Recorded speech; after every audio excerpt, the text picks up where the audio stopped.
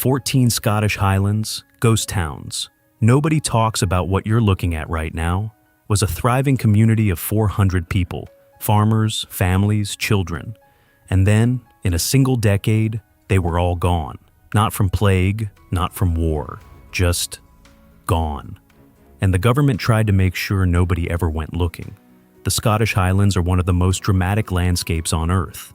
But if you look past the postcards and the whiskey adverts and the tourist trails, you'll find something the history books quietly skipped over. Entire communities, wiped from the map. Some deliberately, some mysteriously, and some in ways that should make every single one of us angry. Today, we're going to 14 of them. And I promise you, by the end of this video, you'll never look at the Highlands the same way again. A couple of ground rules before we go. First, some of these places are genuinely hard to find. I'll tell you exactly where they are. Second, I've been to most of these myself, and a few of them honestly gave me the creeps. You'll understand why when we get there, right? Let's start with one that most people drive straight past on the A9, never knowing what's hidden just off the road.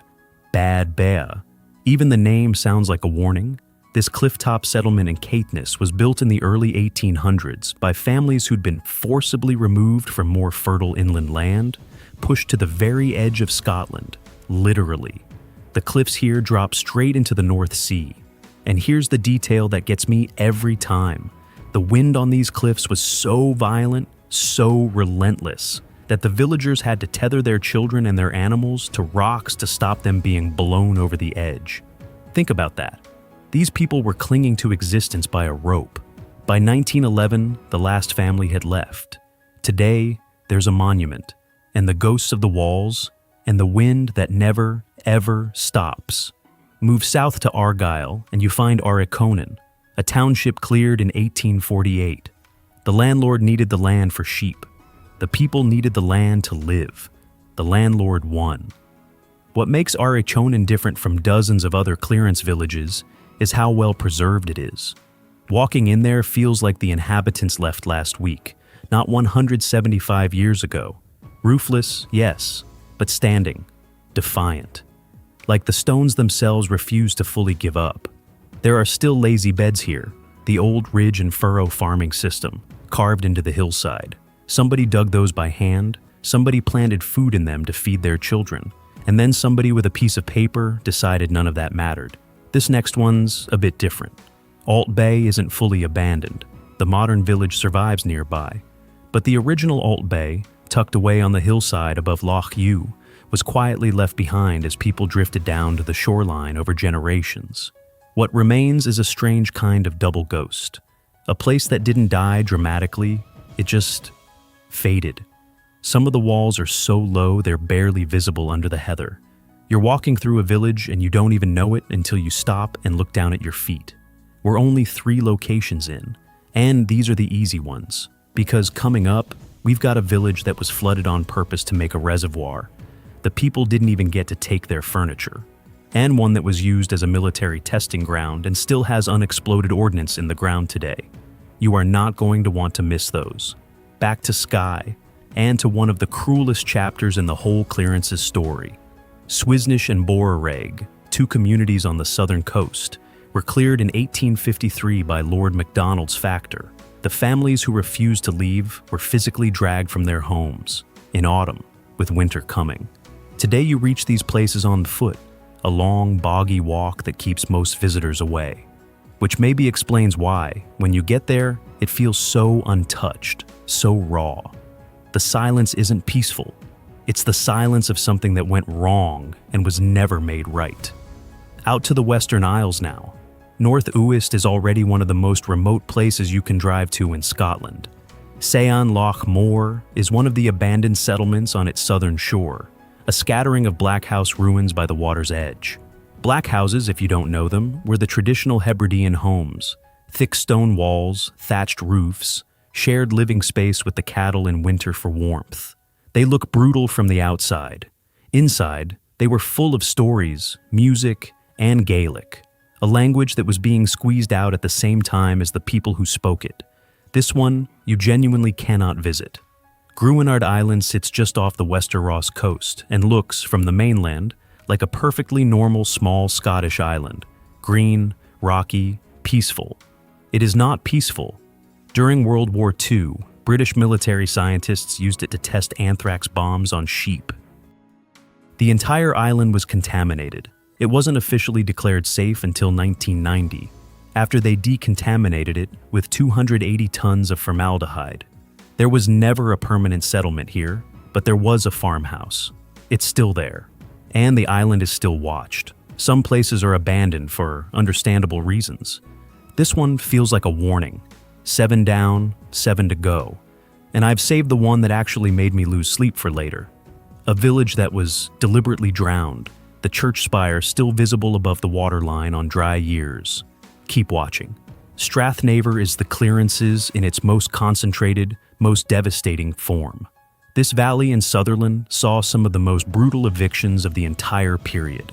Families burned out of their homes in 1814 by Patrick Sellar, the factor for the Countess of Sutherland. Sellar was actually tried for culpable homicide.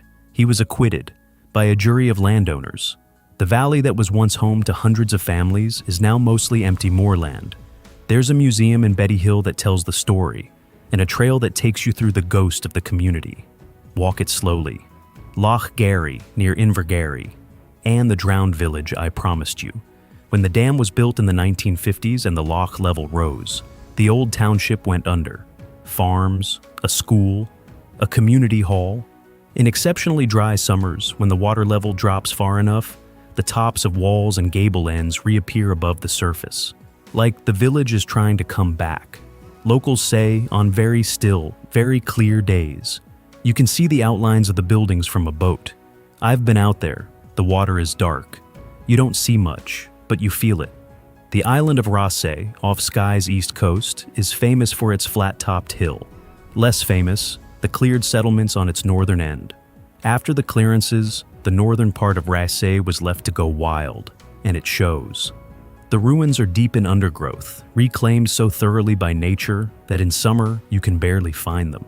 Come in late autumn when the bracken dies back, and the outlines of an entire lost community emerge from the hillside like a photograph developing. Back to Strathnaver, because Rosal deserves its own entry. This is actually one of the best preserved pre-clearance townships in Scotland, and Historic Environment Scotland has done careful work to map and protect it.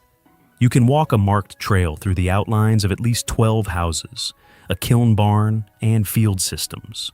It's one of the rare places where the sadness comes not from decay, but from clarity. You can see exactly how people lived, exactly what was taken from them. The precision of that makes it hit harder than any ruin. Handa Island, off the Sutherland coast, had a community of around 60 people as recently as 1848.